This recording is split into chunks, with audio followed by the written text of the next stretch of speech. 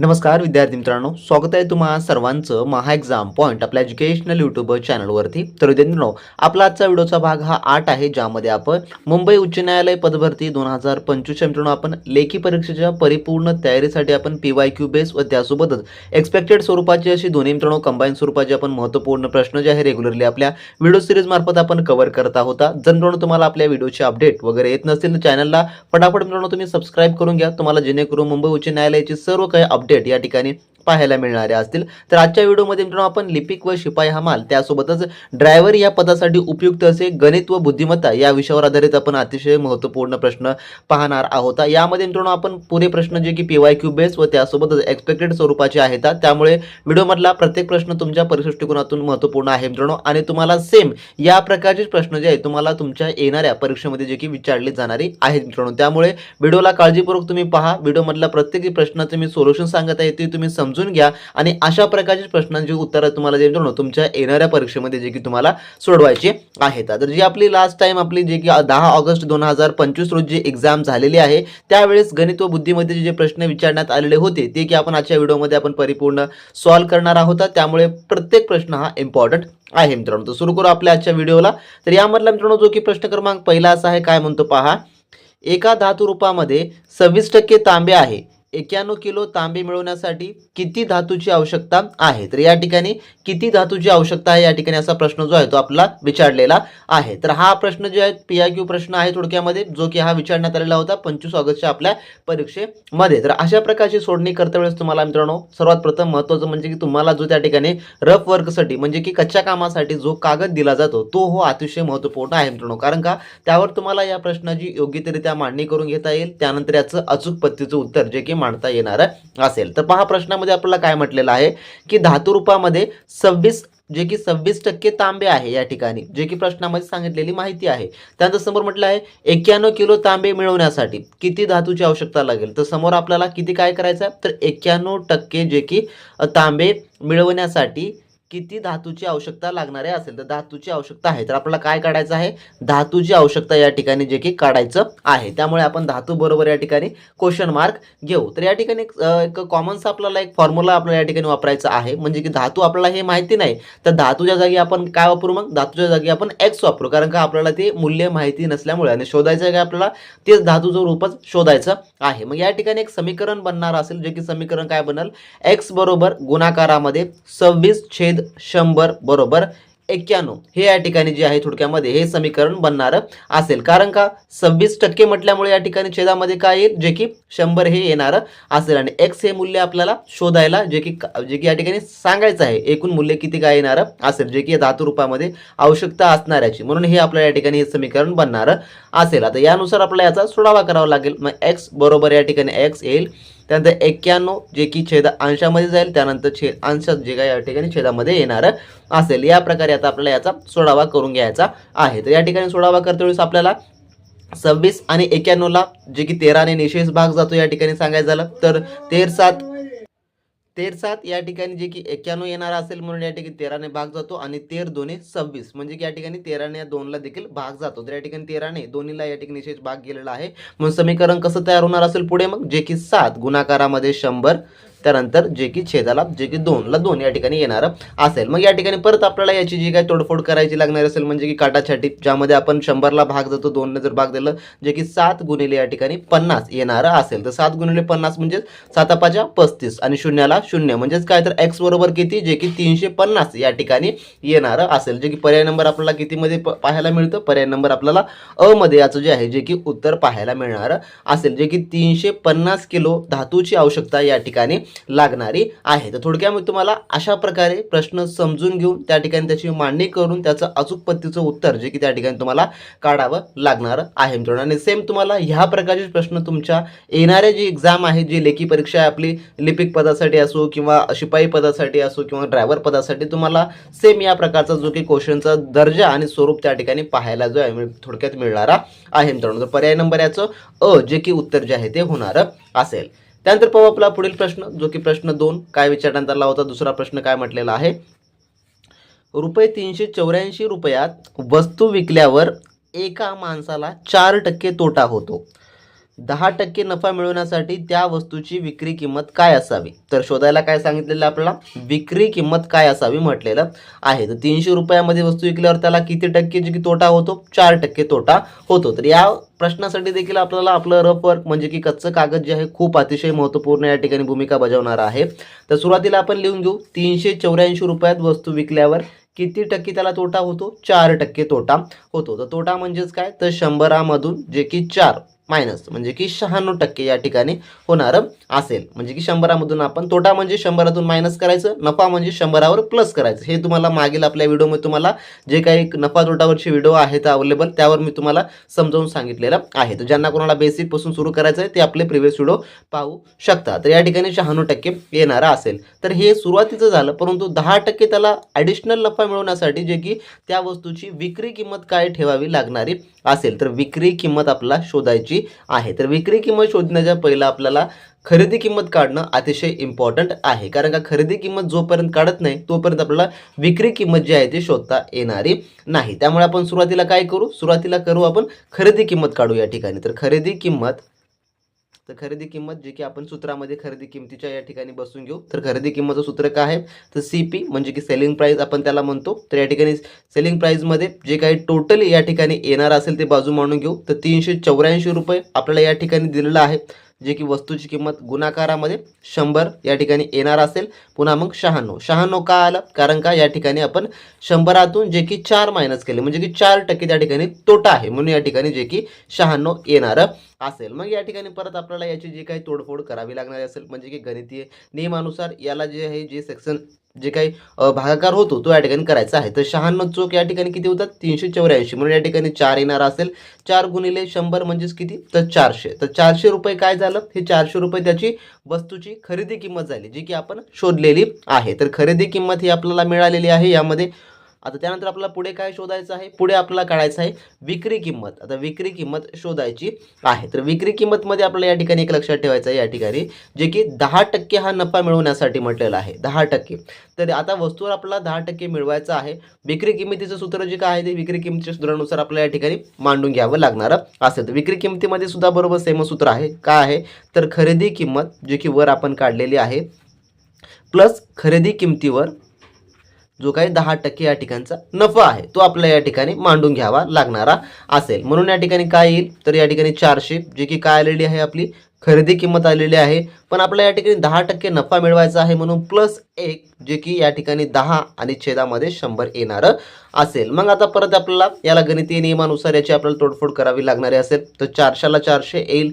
त्यानंतर याला आपला तिरपा गुणाकार केलं तर वर 110 आणि छेदामध्ये जे की 100 येणारं असेल. मग याचं परत आपल्याला जे काही गणितीय नियमानुसार तोडफोड करावी लागणारी असेल यामध्ये. तर आपण गणितीय नियमानुसार आपण तोडफोड जर केली तर या ठिकाणी शून्याला शून्य कट होतात आणि 4 उरतं. 4 गुणिले बरोबर 110 या ठिकाणी येणार असेल आणि 4 आपण 110ला गुणलं तर किती येतं? जे की 440. तर 440 रुपये हे काय असणार असेल?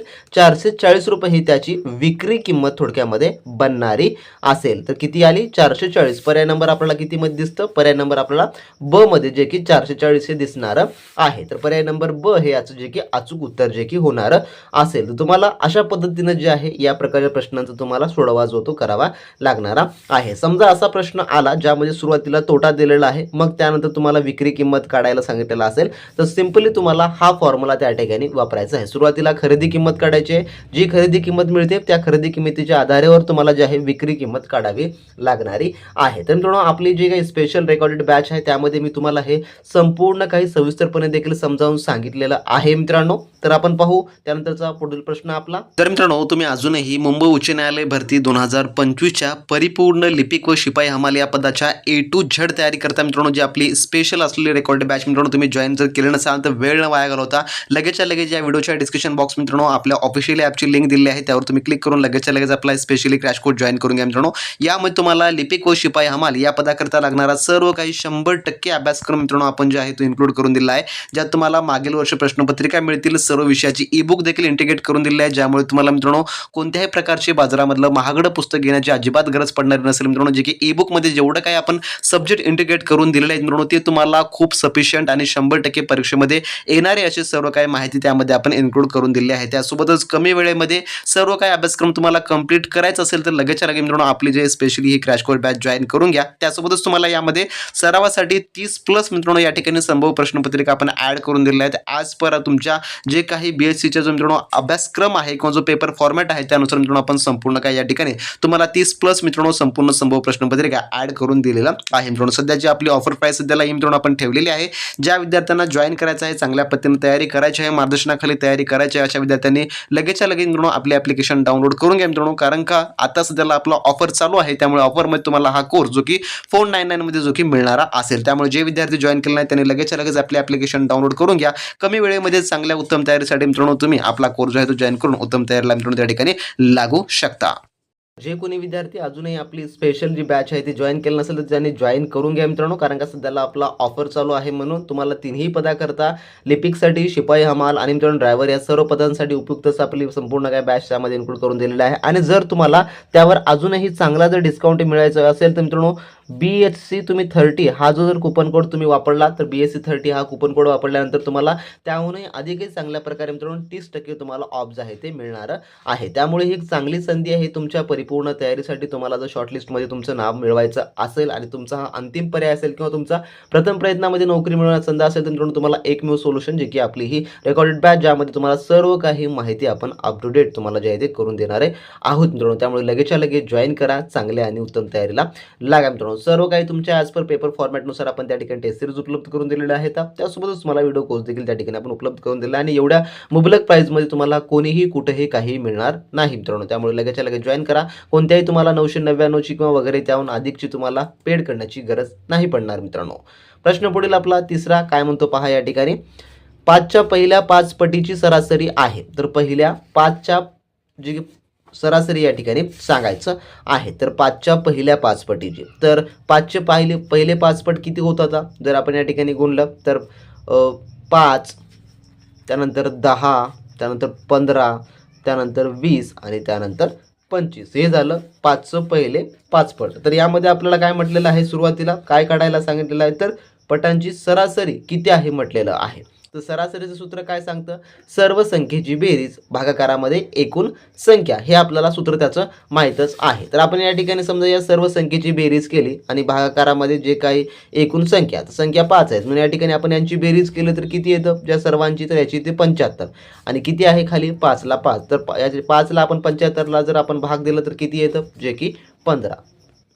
म्हणजे किती आली याची सरासरी जे की 15. पर्याय नंबर आपल्याला कितीमध्ये पाहायला मिळतं जे की ड मध्ये पाहायला मिळतं. तर 15 या ठिकाणी याची जी आहे थोडक्यामध्ये जे की सरासरी होणारे असेल. तर सुरुवात तुम्हाला एक सोपं शॉर्ट ट्रिकमध्ये सांगू का, तर जेव्हा संख्या क्रमाक्रमाने जे की समान फरकाने असतात तेव्हा त्यांची सरासरी ही मधली संख्या असते. जसं की या ठिकाणी पाहून घ्या, या ठिकाणी सर्व संख्या समान आहेत आणि क्रमाक्रमाने आहेत. मग यामध्ये जर आपण मधली संख्या पाहिली तर कोणती आहे 15. मग या ठिकाणी आपलं उत्तर देखील 15 मिळालेलं आहे. मग याची सरासरी किती होणारी असेल जे की 15ची होणारी असेल. या जागी तुम्ही कोणत्याही संख्याचा पट तुम्हाला विचारो, फक्त त्याची मध्यस्थी संख्या पाहायची, मध्यस्थी संख्येला डायरेक्टली डोळे झापून जे आहे ते राऊंड करून टाकायचं मित्रांनो. कारण का त्याची ती सरासरीच होत असते, त्याचा नियमच आहे मित्रांनो. हा सरासरीचा हा संपूर्ण काही नियमच आहे. म्हणून पर्याय नंबर याचा आपलं जे की ड हे जे आहे ते उत्तर होणार असेल. त्यानंतर आपला पुढील चौथा प्रश्न आपण पाहू मित्रांनो. काय म्हटलं आहे की दिलेल्या मालिकेत प्रश्नचिन्हाच्या जागी जे काही कोणती योग्य संख्या येईल ती या ठिकाणी निवडायची आहे. तर आपल्याला एक सिक्वेन्स क्रम दिलेला आहे या ठिकाणी 8, 15, 26, त्यानंतर क्वेश्चन मार्क आहे, त्यानंतर 60 आणि त्यानंतर आहे 83. तर यामध्ये जो आपल्याला क्वेश्चन मार्क आहे या ठिकाणी त्या संख्या आपल्याला शोधायची आहे.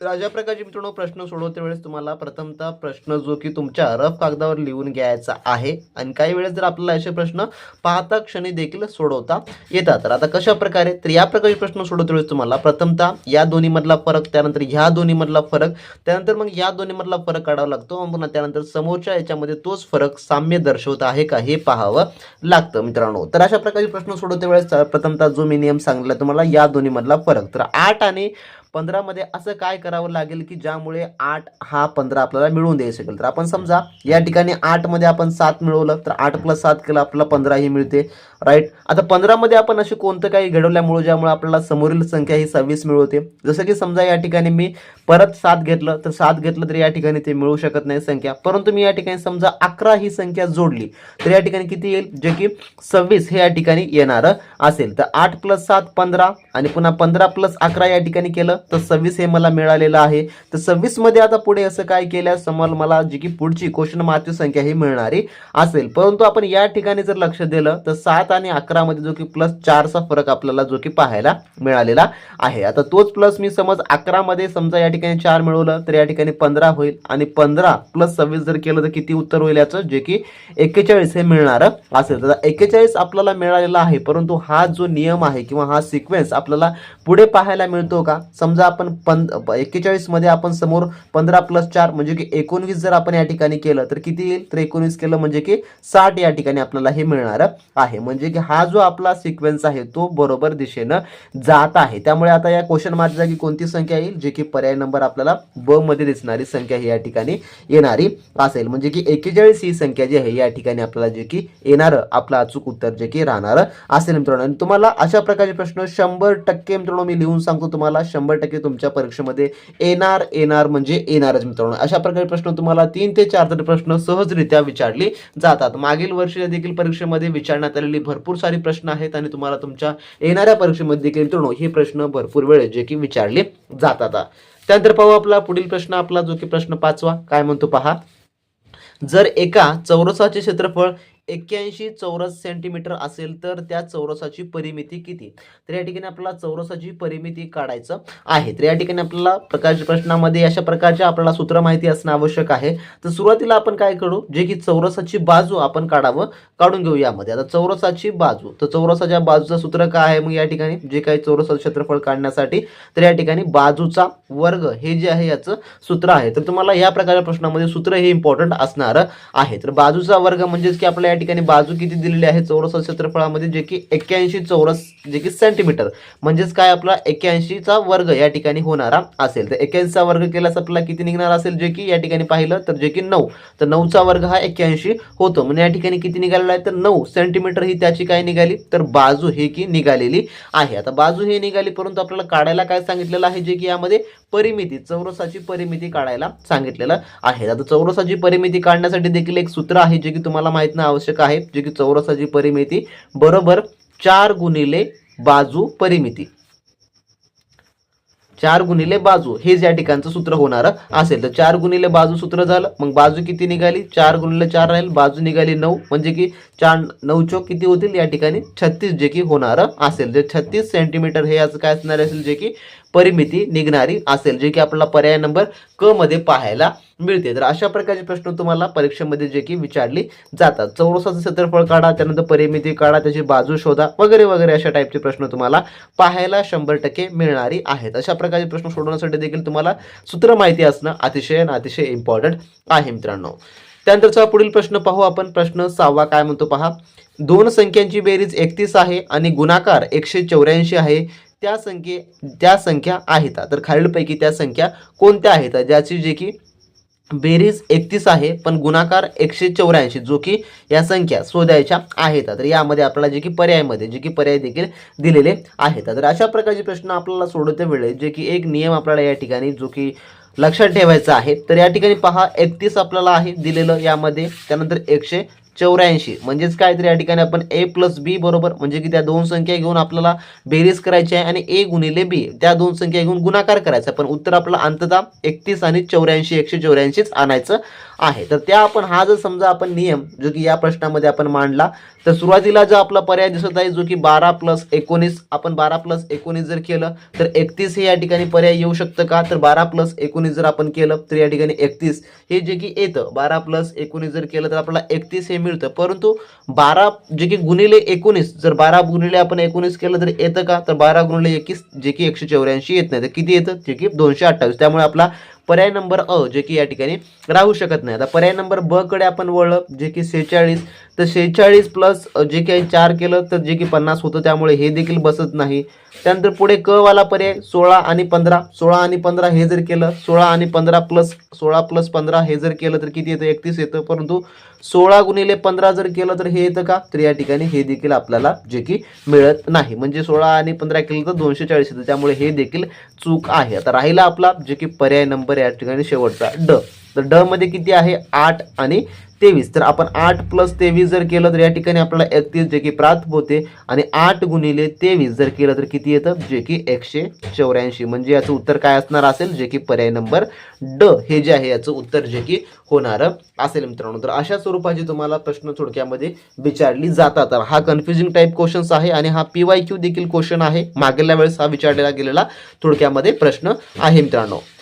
त्यानंतरचा पुढील प्रश्न आपला जो की प्रश्न क्रमांक 7वा आहे. काय म्हणतो पहा प्रश्न 7, की 3 वर्षात दरवर्षी 8.5 दराने जे की 18,000 रुपयाच्या साध्या व्याजावर किती व्याज होणारा असेल. जो की व्याज किती होणार आहे हे आपल्याला या ठिकाणी सांगायचं आहे. तर हा प्रश्न सोडवते वेळेस आपल्याला एक सिंपली सूत्र लक्षात ठेवायचं आहे, तर म्हणजे की सरळ व्याजाचं. तर सरळ व्याजाचं सूत्र या प्रकारच्या प्रश्नासाठी अतिशय महत्त्वपूर्ण भूमिका बजावणार आहे मित्रांनो. तर अशा प्रकारचे प्रश्न सोडवते देखील आपल्याला आपलं जे की रफ वर्कचं कागद जे की खूप अतिशय महत्त्वपूर्ण भूमिका बजावणार असेल. तर यामध्ये जे साध्या व्याजाचं सूत्र आहे ते तुम्हाला माहिती असणं आवश्यक आहे. तर साध्या व्याजाचं सूत्र काय आहे, तर मुद्दल, ज्यालाच की आपण पी असं म्हणतो, मुद्दल गुणाकारात दर गुणाकारामध्ये जे की काळ, ज्याला आपण टी असं लिहितो, आणि छेदामध्ये जे की 100ला 100, म्हणजे की हे आपलं साधा सरळ व्याजाचं काढण्याचं सूत्रच आहे. तर प्रश्नामध्ये आपल्याला मुद्दल किती दिलेली आहे, तर मुद्दल दिलेली आहे जे की 18,000 रुपये, राईट. आणि पुन्हा मग दर काय आहे याचा, जे की 8.5% या ठिकाणी दर आहे. आणि काळ किती आहे, 3 वर्षाचा. मग या ठिकाणी 100ला 100 जे की येणार असेल. त्यानंतर मग आपल्याला याची गणितीय प्रमाणानुसार मांडणी करून घ्यावी लागणार असेल. यामध्ये आपण 2 कट केलं, मग किती आलं, 180 गुणिले 8.5 ला 5, त्यानंतर 3 ला 3, आणि 180 गुणिले आपण समजा या ठिकाणी 3 जर केलं तर किती येईल, 180 गुणिले आपण 3 जर केलं तर या ठिकाणी 540, म्हणजे की 18 त्रिक 54, म्हणून 540 येणार असेल. आणि गुणाकारामध्ये 8.5 ला 5. जेव्हा आपण 540 गुणाकारामध्ये 8.5 करतो, आता या ठिकाणी हा गुणाकार खूप इम्पॉर्टंट आहे. 540 ला आपल्याला 8.5 ने जे की गुणाकार करावा लागणारा असेल. तर या ठिकाणी जर आपण 540 ला जो काय 8.5 न गुणाकार जर केलं तर किती येणार असेल याचं उत्तर, जे की 4,590 हे जे आहे या ठिकाणी येणार असेल. आता 540 ला आपण 8.5 ने कसा गुणाकार केला हे देखील तुम्हाला प्रश्न पडला असेल. तर सुरुवातीला आपलं जेव्हा या ठिकाणी जेव्हा पॉईंटमध्ये गुणाकार असतो त्यावेळेस लक्षात ठेवायचं आहे की 540 ला सुरुवातीला आपला 8 न जे की गुणून घ्यायचं आहे. 540 गुणले जेव्हा आपण 8 करतो तेव्हा येतं 4,320, आणि जो उरला आता शून्य, जे की पॉईंटच्या 5, पॉईंट आणि 5, तर पॉईंट म्हणजेच काय, तर शून्य, म्हणून या ठिकाणी 540 गुणिले 0.5 म्हणजेच काय, तर 540चा या ठिकाणी जो की अर्धा हा होणारा असेल. म्हणून 540चा जर आपण अर्धा केला तर किती येतं, जे की 270 हे या ठिकाणी येणार असेल. म्हणून आता 270 प्लस आपण 4,320 प्लस 270 जर केलं तर किती येतं, 4,590, जे की या ठिकाणी याच्या उत्तरामध्ये देखील आपण शोधलेलं आहे. तर 4,590 हे आपल्याला कायामध्ये पाहायला मिळतं, जे की पर्याय नंबर आपल्याला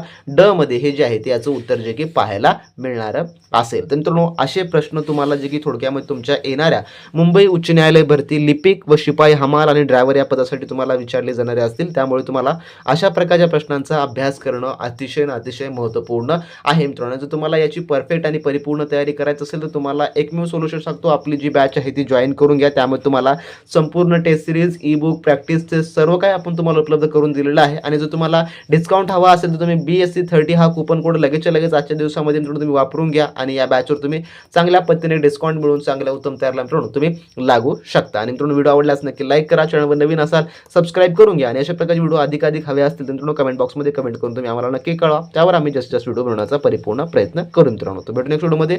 तोपर्यंत बी प्रॅक्टिस क्रॅक एक्झाम.